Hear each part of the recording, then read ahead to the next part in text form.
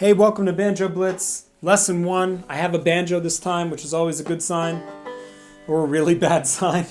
If you hate the banjo, it's a bad sign. But I'm assuming you love the banjo, which is why you're here, just like me. All right, we are going to play a series of 8th notes with this very first lesson. It's called double thumbing. We are in open G tuning. This is what it's going to sound like. 1 and 2 and...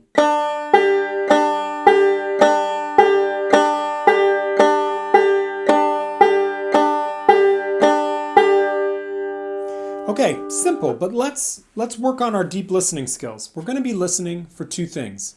The first thing is timing. This is a series of 8th notes, so regardless of the pitches, they change, right? The downstroke note is different than the 5th string note in terms of pitch, but in terms of time, they are dead equal. And this is the most important aspect of this exercise. Imagine a grandfather clock whose pendulum is swinging back and forth.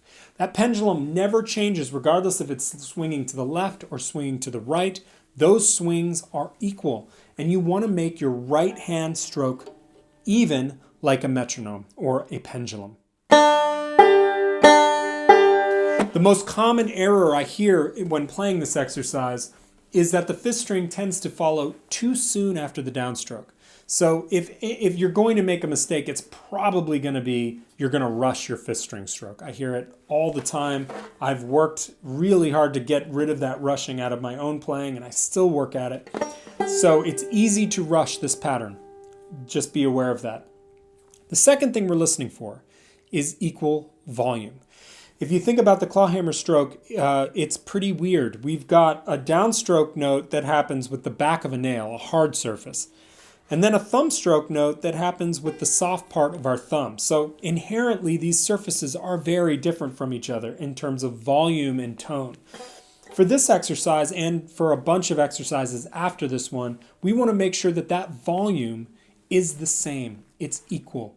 This is going to require some listening on your part, some deep listening. And if you're struggling keeping your timing right while listening for these other details, while you're developing your ears to listen for this stuff, you may want to record yourself. It will help you get a quick snapshot of your playing in a global sense. Then you can kind of make your adjustments from there. But the goal eventually is to be able to diagnose or sort out your issues while you play.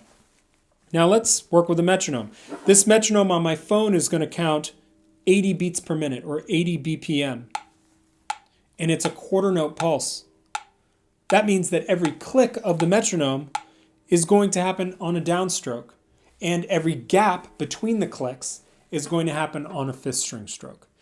To count myself in though, I'm going to subdivide that quarter note pulse. And I'm going to do it like this, just like I did at the top of the lesson. 1 and 2 and 1 and 2 and... Now,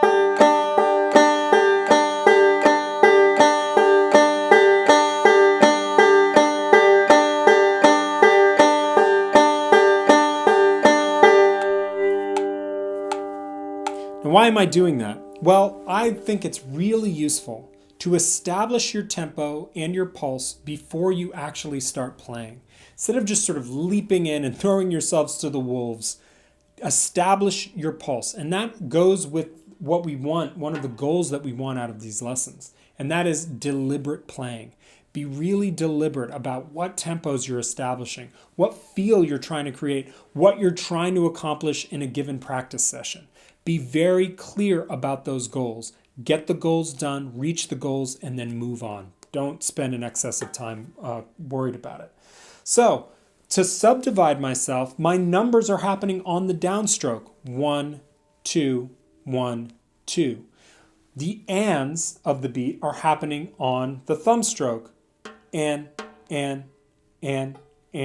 So that's why I count myself in with that 8th note pulse. 1 and 2 and 1 and 2 and against the quarter note pulse that's being counted by the metronome.